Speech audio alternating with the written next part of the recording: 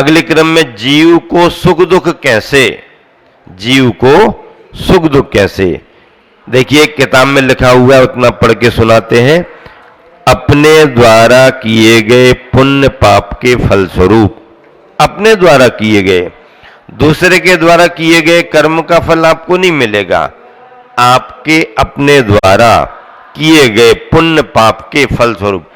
अपने द्वारा किया गया पुण्य पाप का मतलब क्या? अपने अंदर आने वाले अशुभ परिणामों से पाप का बंध होता है, अपने अंदर आने वाले शुभ परिणामों से पुण्य का बंध होता है। तो अपने द्वारा किए गए पुण्य पाप के फलस्वरूप जीव को सुख दुख का फल मिला करता है।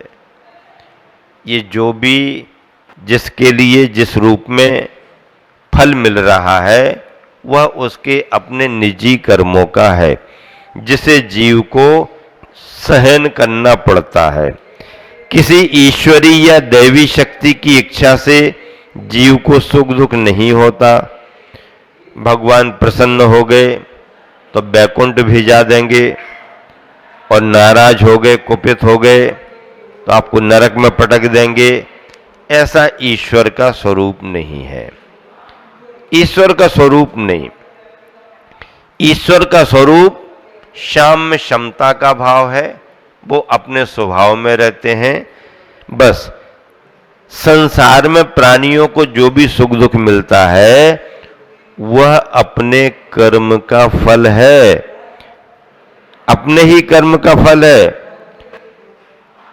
किसी ईश्वरीय या दैवी शक्ति की इच्छा से जीव को सुख दुख नहीं होता, बल्कि इस प्रकार की स्थिति में उसका अपना कर्म ही कारण बनता है। एक अजैन बंधु आए, किसी जैन बंधु के साथ मंदिर में दर्शन किए उन्होंने। पहली बार उन्होंने मूर्ति देखी तो मूर्ति देख करके उनको बड़ा आश्चर्य हुआ।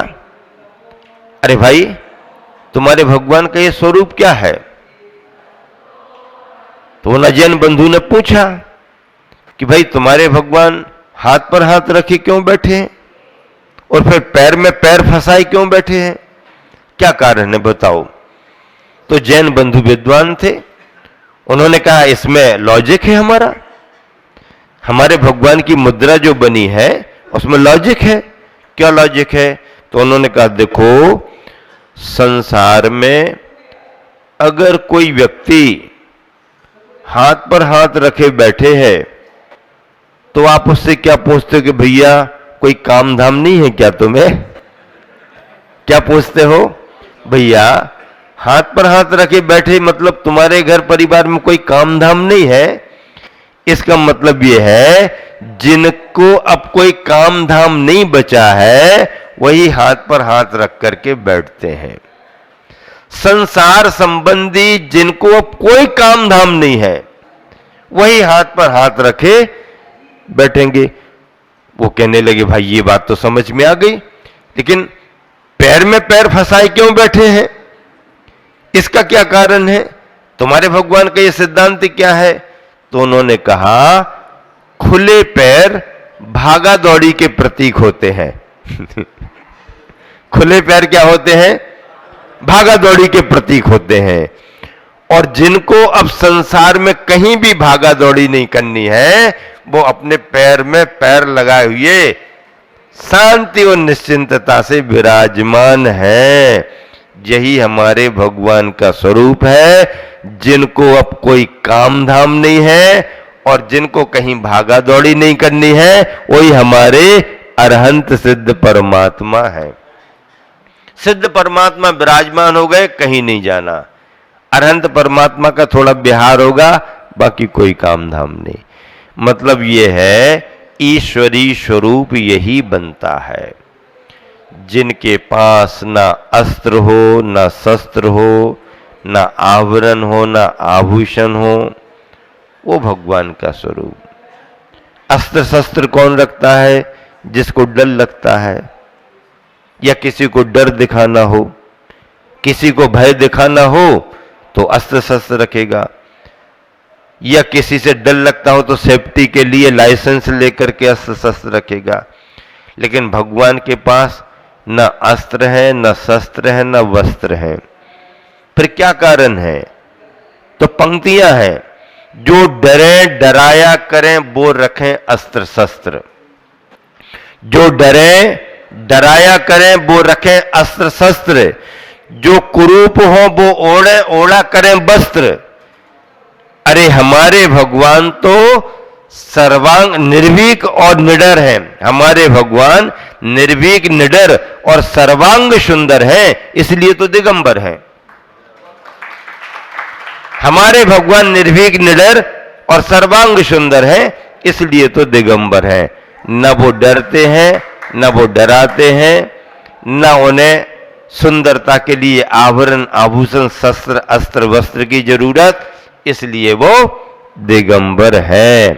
तो जीव को जो भी सुख दुख मिल रहा है, कोई अमीर हो रहा है, कोई गरीब हो रहा है, कोई परेशान हो रहा है, किसी के व्यापार में बाधा है, किसी का स्वास्थ्य अनुकूल नहीं रहता, किसी का बच्चा मंद बुद्धि है, मंद बुद्धि की वजह से कोई माँ परेशान है, तो कोई अपने बच्चे की तीव्र बुद्धि से माँ परेशान है बच्चे की तीव्र बुद्धि है उससे परेशान है, कोई मंद बुद्धि से परेशान है। लेकिन ये सब क्यों? किम कृत? औषधि दवाई खाने के बाद भी लाभ नहीं मिल रहा। किसी को इतना मिल रहा है, खा नहीं पा रहा है। कोई सब कुछ पचा सकता है, लेकिन दाना भी नहीं मिल रहा। ये क्यों? किसने किया? परिवारी जनों ने किया, पड़ोसी पड़ोसियों ने किया, किसी ने मंत्र फूंक दिया, किसी ने ये कर दिया? नहीं, इससे कुछ नहीं होता। जीव को जो भी मिल रहा है उसके लिए उसके अपने कर्म कारण हैं। उसने जैसे कर्म किए, उन कर्मों के कारण ही उसको कर्म का फल मिल रहा। कर्म का फल मिलता कि नहीं मिलता? कर्म उदय में आता है, अपना फल देता है, और फल देने के बाद चला भी जाता है। फल देने के बाद चला भी जाता है, हाँ, लेकिन फल अवश्य देगा। ज्यादा देगा, कम देगा, वो उस समय की तुम्हारे परिणमन और भावों पर आधारित है। लेकिन कर्म किसी न किसी रूप में फल दे करके अवश्य ही जाता है। खेत में आपने अगर गेहूं बोया है तो फसल किसकी मिलेगी? गेहूं की मिलेगी। अगर आपने चने को बोया है तो फसल किसकी मिलेगी? अगर नीम लगाई है तो मीठे मीठे आम मिलने वाले नहीं है, और अगर आम का बीज लगाया है तो आपको कड़वी कड़वी नीम मिलने वाली नहीं। जो जैसा करता है उसे वैसा फल मिलता है। आग लगाने वाले को कभी बाग बगीचे नहीं मिला करते हैं। आग लगाने वाले को तो आग की लपट ही मिलेगी, और बाग बगीचा लगाने वालों को ठंडी हवा, शीतल समीर हमेशा मिलेगी। तो जीव ने जो भी कर्म किया है उसका फल। अब ये कौन मानता है? ये जैन दर्शन मानता है।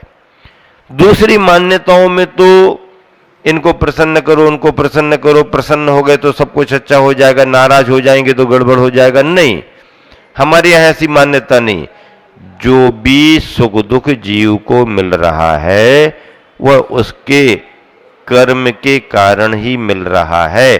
इसलिए अगर आप सुख को चाहते हो तो अच्छे कर्मों को करो, शुभ कर्मों को करो, ताकि उसका फल तुम्हारे लिए अच्छा मिले। अगला बिंदु है, हर आत्मा परमात्मा बन सकती है। क्या है? हर आत्मा परमात्मा बन सकती है। जैन दर्शन ने इस तत्व को स्वीकार किया है कि संसार में भ्रमण करने वाली हर भव्यात्मा को परमात्मा बनने का अधिकार है, और यह कार्य किसी की कृपा से नहीं, स्वयं उसके अपने पुरुषार्थ से ही संभव है। स्वतंत्रता हमारा जन्म सिद्ध अधिकार है। ये नारा किसने दिया? लोकमान्य बाल गंगाधर तिलक। ये तो इन्होंने दिया है, इनका ओरिजिनल नहीं है। ओरिजिनल तो हमारा है, ओरिजिनल हमारा है। कैसे ओरिजिनल हमारा है? हमारे प्रथम तीर्थंकर आदिनाथ भगवान ने सबसे पहला संदेश दिया, क्या? आत्मा की स्वतंत्रता हमारा जन्म सिद्ध अधिकार है। स्वतंत्र बनना हमारा जन्म सिद्ध अधिकार है, और ये अधिकार किसी की कृपा से नहीं मिलेगा, हमारे अपने पुरुषार्थ से ही मिलेगा। आत्मा की स्वतंत्रता का अधिकार सबसे पहले किसने दिया? तीर्थंकर आदिनाथ ने। हां, हर आत्मा परमात्मा बन सकती है, यह संदेशा सबसे पहले तीर्थंकरों ने दिया। संसारी संसारी बना रहे, भगवान भगवान बना रहे, नहीं, हर आत्मा परमात्मा बन सकती। इतना बड़ा गौरव, इतना बड़ा सम्मान, इतना बड़ा चिंतन, इतनी बड़ी आजादी, इतनी बड़ी स्वतंत्रता केवल एकमात्र जैन दर्शन ने प्राणी मात्र को दी है। प्राणी मात्र को, महिला पुरुष का भेद नहीं, जीव जीव है, शरीर अलग अलग हैं, पशु पक्षी का भेद नहीं, देव नारकी का भेद नहीं, ये पर्याय है। बस इतनी शर्त है कि अगर तुम्हारी आत्मा स्वतंत्र होगी, कर्म रहित होगी, तो उसमें तुम्हें मनुष्य बनकर के साधना करना पड़ेगी। देव नारकी नहीं, त्रियंच पशु पक्षी नहीं, मनुष्य की पर्याय में भी पुरुष पर्याय पा करके उस श्रेष्ठ साधना को जब ये जीव करेगा, उतनी विशुद्धता आएगी, उतना ध्यान होगा, निर्ग्रंथता के साथ मुनि अवस्था में छपक श्रेणी चढ़ते हुए शुद्ध उपयोग, शुक्ल ध्यान, तब कहीं जाकर के कर्म क्षय होगा, और कर्म क्षय होगा तो आप स्वयं परमात्मा बन जाओगे। अधिकार दे दिया है, उसके लिए आपको पुरुषार्थ करना पड़ेगा। ये आपका मौलिक अधिकार है, संवैधानिक अधिकार है, कोई इसका निषेध नहीं कर सकता है। आप अधिकृत हो, हर आत्मा परमात्मा बन सकती है, बस उसे परमात्मा बनने का पुरुषार्थ करना पड़ेगा, पुरुषार्थ करना पड़ेगा। हीरा तो हीरा ही है, लेकिन एक हीरा खान में पड़ा है और एक हीरा शान पर चढ़ा है। शान पर पहलूदार आभावान बना हुआ है। फिर कीमत किसकी? कीमत किस हीरे की? अरे हीरा होते हुए भी खान में पड़ा है, कोई पूछने वाला नहीं। लेकिन अगर किसी जौहरी की नजर पड़ गई, निकल करके बाहर आ गया, तराश दिया, कटिंग कर दी और बढ़िया ले जाकर के बड़े मार्केट में अच्छे शोरूम में रख दिया और उसी तरह की लाइटें जला दी, पर हीरा मुख से ना कहे लाख मारो मोल, तो ये आत्मा परमात्मा बनने की क्षमता रखती है। लेकिन खान में पड़े हो कोई कीमत नहीं है।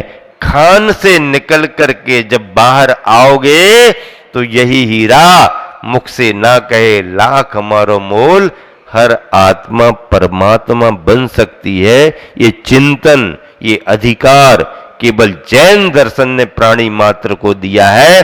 इसलिए जैन दर्शन की प्रमुख विशेषताओं में इसे सम्मिलित किया गया है। अब देखिए अगला बिंदु, कर्म रहित होने पर ही जीव मुक्त होता है। भ्रमण कहीं भी करे, अगर कर्म सहित है तो उसे सुख का अनुभव नहीं होगा। कर्म रहित होने पर ही उसे आत्म सुख का अनुभव होगा। ये जीव सूक्ष्म अवस्था में, निगोद की अवस्था में सिद्धालय में जाकर के भी ठहर सकता है, सिद्ध शिला पर भी रह सकता है, लेकिन सिद्ध शिला पर रहने के बाद भी इस जीव को सुख का अनुभव नहीं होगा।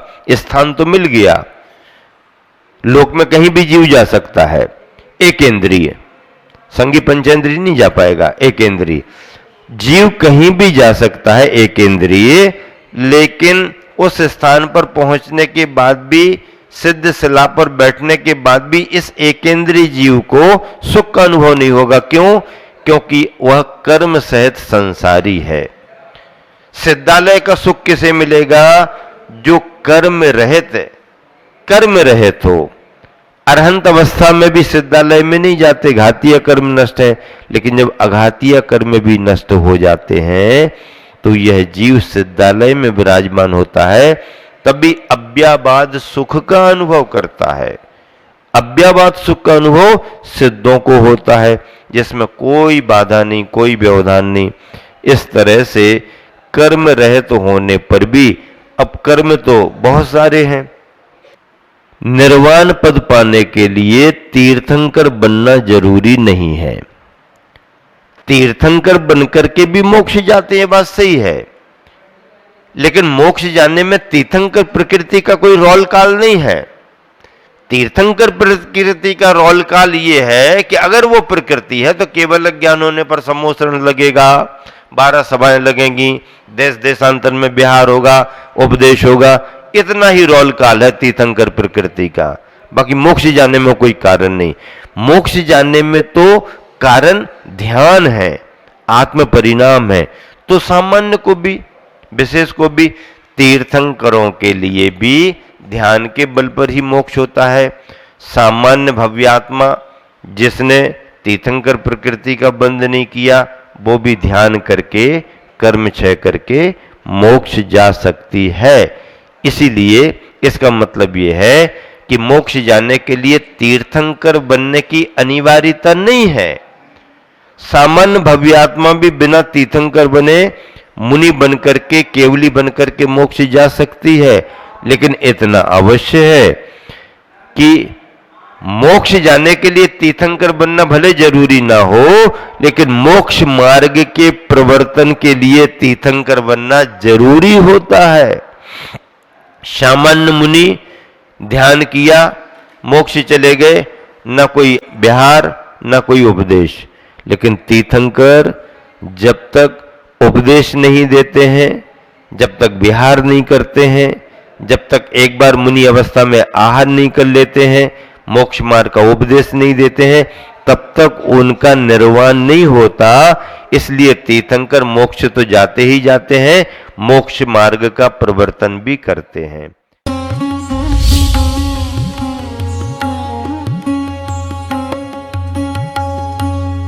जिनवानी चैनल से